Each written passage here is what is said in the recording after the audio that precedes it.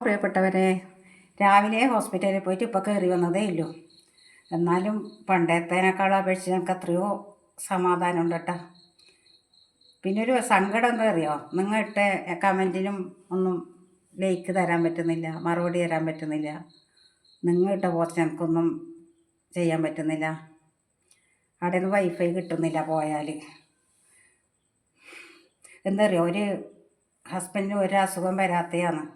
അപ്പോൾ 2-3 വർഷം മുമ്പേ ഒരു കാലുവേദനയായിട്ടാണ് തുടക്കം.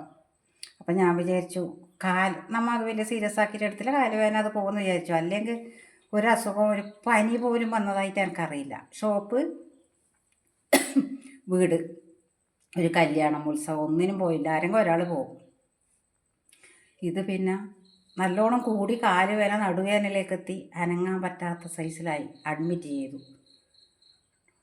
ഒരാഴ്ച അഡ്മിറ്റ് ചെയ്തിട്ടാകുമ്പോൾ ഡോക്ടറെല്ലാം CT സ്കാനും എല്ലാം ചെയ്തു, MRI സ്കാൻ എല്ലാം എടുത്തു. അപ്പോൾ പറഞ്ഞു ഇതിപ്പോൾ ഇനിയിപ്പോൾ എല്ലാം പേശിയെല്ലാം ഞരമ്പെല്ലാം വീക്കായി, ഇനിയിപ്പോൾ ഇത് നേരാക്കാൻ പറ്റും തോന്നുന്നില്ല, ഓപ്പറേഷൻ ചെയ്യണമെന്ന്. അപ്പോൾ നമ്മൾ ആകെ അവരെ കണ്ണിൽ ഇങ്ങനെ വെള്ളം വരുന്ന അവർ കരയുന്ന പറയുമ്പോൾ ഞാൻ എത്ര സങ്കടത്തിൽ അവർ കരയുന്നതോ സങ്കടപ്പെടുന്നതോ കണ്ടിട്ടില്ല. ഞങ്ങൾ എന്ത് വിഷമം വന്നാലും ഞങ്ങളെ ആശ്വസിപ്പിക്കലാണ്, നാളെ നേരാവുമെന്ന് വെച്ചാൽ. കരയുന്നത് ആദ്യമായിട്ട് കണ്ടു. ഞങ്ങൾ ആകെ താഴ്ന്നു.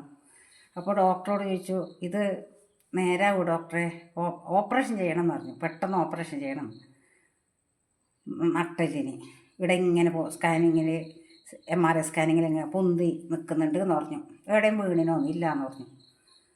അപ്പോൾ ഞങ്ങൾ ചോദിച്ചു, ഓപ്പറേഷൻ ചെയ്ത് ഇത്ര വയസ്സായില്ലേ, ഓപ്പറേഷൻ ചെയ്താൽ ശരിയാവും ഡോക്ടറെ?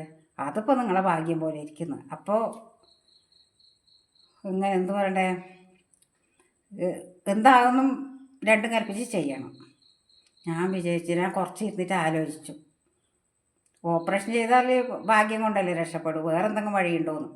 പിന്നെയാണ് ജില്ലാ ഹോസ്പിറ്റലിൽ കൊണ്ടുപോയി. അവിടെ നിന്ന് ഫിസിയോതെറാപ്പി PMR ഡോക്ടറെ കണ്ടു. അപ്പോൾ അവിടെ നിന്നാണ് ഫിസിയോതെറാപ്പി ചെയ്യാൻ തുടങ്ങിയത്. ആ ഡോക്ടർ എനിക്ക് നല്ല സമാധാനിപ്പിച്ചു, ശരിയാവുന്നു. അങ്ങനെ അപ്പോൾ ഇങ്ങനെ കിടന്നിട്ട് 1 വർഷം ഇങ്ങനെ കിടന്നിട്ട് കൈ തട്ടിയിട്ട് നമുക്ക് എടുത്തിട്ട് പോകാൻ കഴിയുക. കിടന്നിട്ട് പറഞ്ഞാൽ ഒന്നും പറ്റില്ല, അങ്ങനെ കിടന്നിട്ട് തന്നെ. അപ്പം ഞാൻ പ്രാർത്ഥിച്ചിന്, ഒരു തുളസിപ്പൂ പറിച്ചിട്ടും കൂടി വിളക്ക് എത്തിക്കാൻ പറ്റുന്ന രൂപത്തിൽ എനിക്കൊന്നാക്കി കിട്ടിയാൽ മതിയെന്ന്. അതും നടന്നു.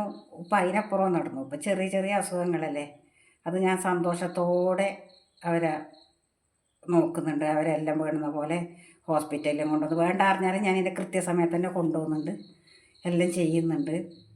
കാരണം അന്നത്തേത് വിചാരിക്കുമ്പോൾ ഇതൊന്നും അല്ല എൻ്റെ അടുത്ത് എനിക്ക്.